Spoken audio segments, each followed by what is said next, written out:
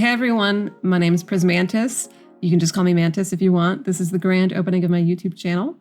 I don't know what I'm doing, honestly.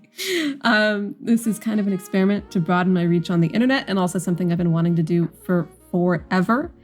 I admire a lot of art YouTubers. I admire a lot of Speedpaint posters, and I've always wanted to do something similar.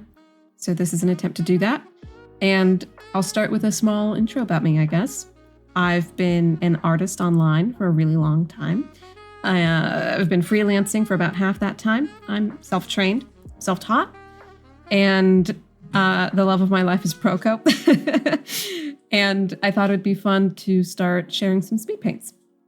So about this piece, you saw earlier that this is about 5-hour piece. This is a commission for a friend as a gift to their partner for Christmas of their Ranger Goliath D&D character.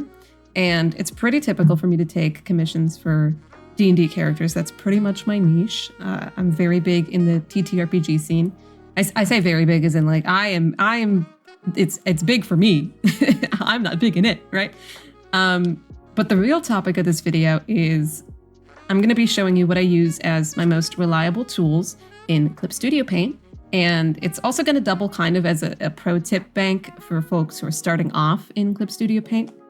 I started with Paint Tool Psi, which was decent for as long as it was. And I upgraded to Clip Studio Paint about 5 years into drawing when I realized that Psi was just not cutting it for me when I wanted a professional look. So I'll start with some pro tips.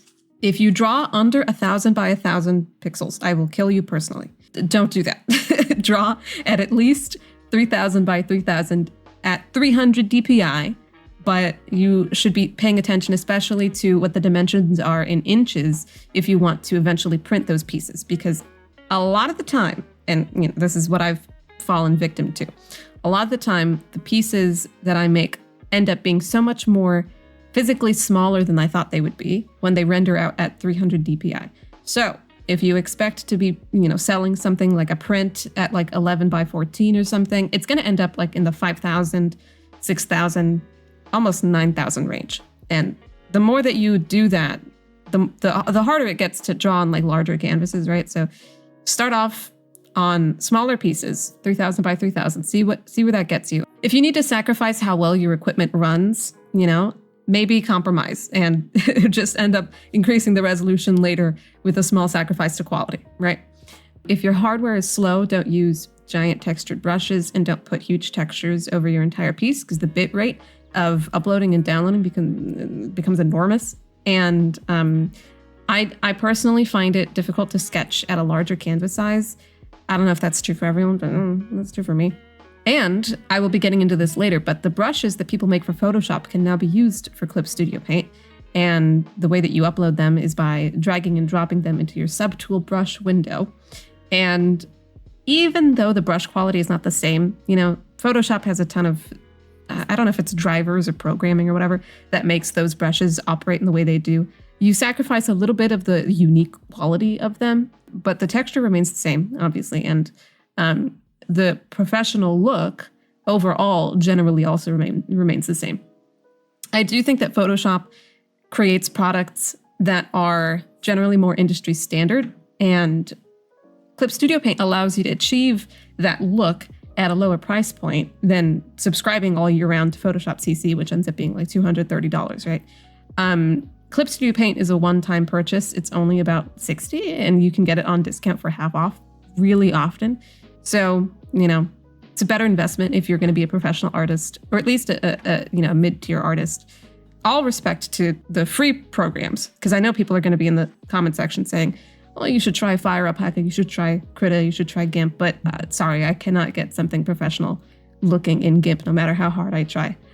Okay, so I'm going to start getting into what I think are some of the advantages of Clip Studio Paint, the tools I mentioned earlier, right? So the Clip Studio Paint Asset Store is an invaluable resource that you can check out strategically, if you look at the most recent uploads, and also if you look at what are the top free daily, weekly, and all time. And there's a couple of really cool tools you can get from the store directly, and there's some that you can get from looking on DeviantArt, from looking on Gumroad. I ended up finding some because I follow some people on social media, and they were posting on social media that they were uploading like onto Gumroad some of their brushes. So get in there, look at your communities, see what they can offer you. Some of the tools that make my life easier. I use a tool called Close and Fill Tool without gaps in the coloring stage because it's a very fast lasso tool that selects the entirety of the space within your line art and basically makes it so that you can fill in your line art with color, in seconds. I would suggest you fiddle with the settings to get the fill to equal -1 because if you do it any more than that, and it ends up overfilling your line art and you end up having to erase the excess and it gets really annoying. Especially if you have somewhat transparent line art like I do sometimes because of the texture brush that I have, it gets annoying. So complementary to it is the tool to remove without. You should use them in tandem because they're faster. And there's a tool that is functionally in the same family, but it's not by the same creator, called Erase Along Edge, that allows you to overfill underneath the line art. And then if you set your line art as the reference layer, you can go back in and erase whatever went over the line art. Very cool. The Perth collection and the Only Perspective grid are both invaluable perspective tools that theoretically you should use for anything that isn't just a bust, especially if you're still learning perspective. But I find that they're most useful for 3D spaces like rooms or landscapes. Though if your computer's slow and tweaking, you might want to use it on a small resolution canvas at first to create a sketch. Then once you're done with the sketch, you delete the tool from your layers and then you increase the canvas resolution so that you don't have to struggle with a very bulky layer model 3D thing in a higher resolution canvas.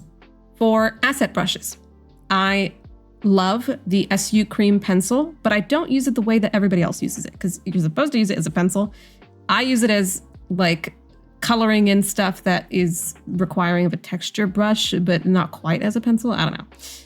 Kind of like a marker, you know what I mean? I use the Una sketch pencil as the current sketch pencil that I'm using. It's not in this video, but it's the one I like right now. I use the drawing pen. The brush itself is called the Dessin pen, but they're the same thing, for blocking in colors or for more precise or angled airbrushing. I use the Filbert Dual as a very good canvas acrylic textured brush, especially for backgrounds, for stuff that I want to make visually interesting in texture. The curly hair pen saves time with fur. Oh my God, does it save time with fur? Fantasy Papers is really good if you're a fantasy artist like I am, because I be drawing wizards, and you can always draw wizards with fucked up magic in the background if you just erase or make transparent the paper aspect of it, and you just employ the little magic runic aspect of it, you know what I mean? Fiddle with it, it's fun. Some of the highest mileage that I get is out of brushes that I can spin to make look adaptable for any art style, but they're better for more graphic art styles like mine, honestly. They're not so suitable for like high level League of Legends, Magic the Gathering splash artists. And these are the Fantasy Trinket brush, bead bracelet, smog brush, ornamental ribbon brushes, pearl brush, chains 1 through 20. I love them. I use them all the time. And they're great because they have a lot of variety within them because they're generally packs with multiple, assets. So take a look, see if you like using them. But warning, don't use them at too high of a resolution because they're not suited for that. And try to make them look like a part of your art style. Some of the brushes that I've purchased that I found really cool were Dave Greco's brushes. I use the DG Slick Line 2 for a lot of my smooth acrylic painting and the DG Peace Scrape Horrors 2 for some of my more textured geometric painting. I use juice brushes for a lot of painting. I use Devin L. Kurtz's brushes for a lot of the environments and cities that I draw. And if they're not already costing something, they might be free, but I still suggest you leave a tip because these are invaluable. And, if you have any other needs, go on DeviantArt and look up Photoshop brushes. And a lot of the time you can get a lot of cool brushes for free. I'm very happy with how this piece came out. And it's in no small part to the tools that Clip Studio Paint has. If you're interested in more of my art, you can find my social medias in the description. I also uploaded the final piece of this on Twitter. You can check it out over there. If you're interested in seeing some more of my art process, thumbnails, progress shots, having early access to finished pieces, and participating in live streams, go check out my Patreon. Once I hit enough patrons, I'll be hosting a poll every month where you can decide what I draw for that month. In 2024, I'll be rolling out an online store on Etsy, so be on the lookout for that. Thanks for watching. I'll see you around.